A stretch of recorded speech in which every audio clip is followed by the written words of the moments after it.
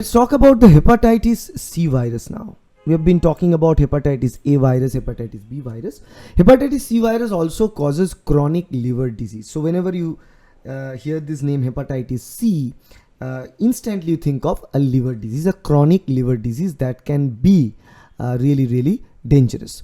So what are the general properties of this virus? It causes infection, right?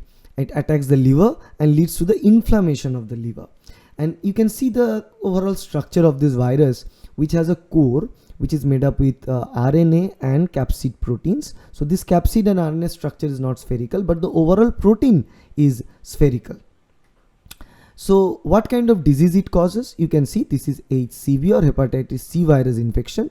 This is a normal healthy liver. This is how it looks like, and slowly this chronic hepatitis takes over the liver. The color of the liver is altered. Now the liver cells start to damage and blister like structures start to form, and the liver function rate drops to 50% at this point, and in cirrhosis it drops to 20 to 30% of the cases, and finally at the end it can cause chronic liver cirrhosis, liver death, liver damage, liver failure.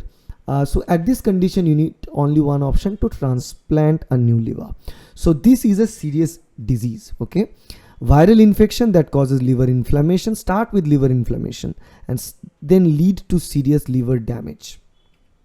What is its structure? Okay, what its structure looks like. Okay, so it's an envelope positive stranded RNA virus. You can see this is so this is not the structure that is normally shown here. This is the structure that we saw earlier. Positive stranded single stranded RNA is the structure of hepatitis C. Okay, and as I mentioned here that it is an enveloped virus, and the HCV particles are spherical and heterogeneous in size, typically ranging from 40 to 80 nanometer in diameter. So it's little big. It's little bigger than hepatitis B virus or hepatitis A virus. Okay, it's bigger. Hepatitis C is bigger. It's enveloped and it has two components. One is the HCV. It has a core component which is icosahedral that contains a positive stranded RNA as well as some protein capsid structure. But the overall structure of this hepatitis C virus is enveloped, that means spherical. What is the genetic material? Plus stranded single stranded RNA acts as a genetic material for hepatitis C virus. What is the classification of hepatitis C virus? Family Flaviviridae. Species hepatitis or Hepa C virus C. The species is Hepa C virus C. Genus Hepa C virus and class is Flacceviridae. Okay. Incubation period. The incubation period for hepatitis C virus ranges from 2 weeks to 6 months. So yes, from 2 weeks or 14 days to even 6 months. Following initial infection, approximately 80% of the people do not exhibit any symptoms at the very beginning. The symptoms only shown up when they move from latency to killing the cells and damaging the cells and start to produce the viral particles. That's the moment when we start to witness symptoms and problems with the body, digestion and metabolism and all these processes. And liver function test can give us the data, and then we need to go with the echocardiography. We can go with the USG of the liver, and also from that we get to know about the data. What is the route of transmission? The virus spread by contact with contaminated blood. For example, from sharing needle. If a needle is being shared between the infected person and also in the tattoo equipments, hepatitis C can be spread with the blood. And what is the symptoms? Most people have no symptoms at the very beginning. Those who do develop symptoms may have fatigue, nausea, loss of appetite and yellowing of the eyes and skin because it's linked with jaundice. Any kind of hepatitis virus is linked with jaundice. So they will cause yellowing of the skin, particularly in the eye and the nails.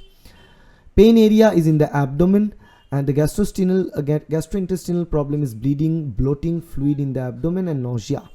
Whole body fatigue, fever, loss of appetite, and the skin web of swollen blood vessels in the skin and yellow skin and eyes. Also common is depression and weight loss. Let's look at the life cycle of this hepatitis C virus or HCV.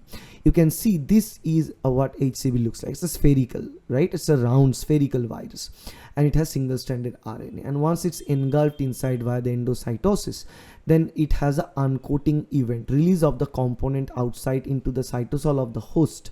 And once the RNA is in the cytosol, then this RNA is used for the replication of more and more RNA, more and more genetic material, and also this RNA is used after processing to produce protein. Translation is done, and the proteins once produced are inserted inside the endoplasmic reticulum lumen of the host cell, and then the host cell will deliver this protein component, and on the other side you can see the replication of the RNA is already done. So after the replication of RNA is done and the proteins of the structural proteins are already prepared in the endoplasmic reticulum lumen, so inside of the endoplasmic reticulum lumen they start to arrange the structural proteins. You can clearly see here they start to arrange the structural protein, and they'll also insert and incorporate the replicated form of RNA inside of this endoplasmic reticulum, and then this RNA is packed here inside, and then a portion of the ER is clipped out as a vesicle, and it takes its journey as an exosome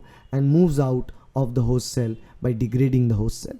This is how the hepatitis C virus causes entry and exit from the host cell. It may remain inside the host cell for a long period of time, may not come out by degrading the cell for a long period of time. That's why the incubation period for hepatitis C virus is the maximum compared to hepatitis A, B and C. The minimum is for hepatitis B, and the maximum is for hepatitis C in this case. So you can see for attachment it requires multiple receptor on the surface, and it has multiple receptors on the surface of different kinds, and once it finds the receptor it can be engulfed, and this process continues like that. So ER or endoplasmic reticulum, particularly rough endoplasmic reticulum, really plays a important role, a vital role in the process of hepatitis C virus genetic processing and packaging.